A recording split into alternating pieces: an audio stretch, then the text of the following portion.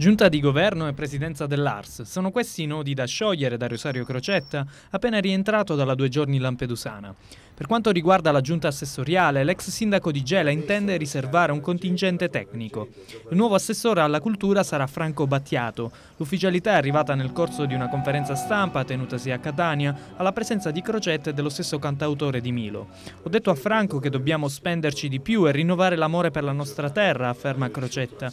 Dobbiamo costruire una nuova Sicilia e essere orgogliosi della nostra identità. Lo stesso Battiato ha ottenuto la libertà di organizzare eventi che mettano in contatto la Sicilia con il resto del mondo e la revoca dello stipendio da assessore.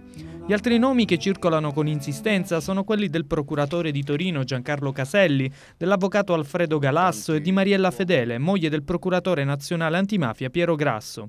Ma la materia più delicata riguarda la corrente politica.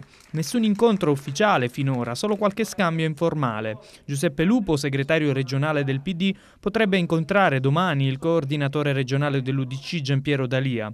Il posto in giunta trasmette un ascendente estremamente allettante per tutte le parti in causa e Rosario Crocetta dovrà tenerne conto.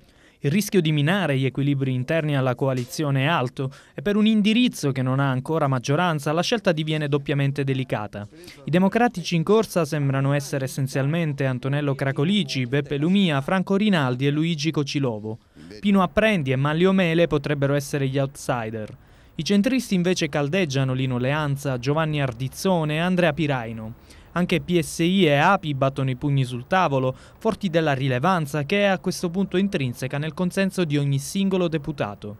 Ma il tutto si intreccia anche con la presidenza dell'ARS. Cracolici, Ardizzone e Rinaldi sono i nomi della maggioranza, ma qui si manifesta l'inverso. L'opposizione, a conti fatti, ha prevalenza numerica in assemblea, quindi non è assolutamente da escludere che il nuovo presidente dell'assemblea appartenga a un partito sconfitto alle urne.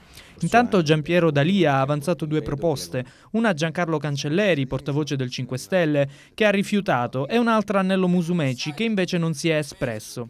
Altro nome caldo è quello di Nicola D'Agostino, capogruppo del Partito dei Siciliani, ex MPA, favorevole a un appoggio a Crocetta prima che il partito virasse su Gianfranco Miccichè. Proprio quest'ultimo propone Michele Cimino alla guida dell'ARS. Questi nodi, anche se prettamente diplomatici, forniranno un quadro preciso delle prospettive di governabilità di Rosario Crocetta e soprattutto sulle modalità con le quali intenderà farlo.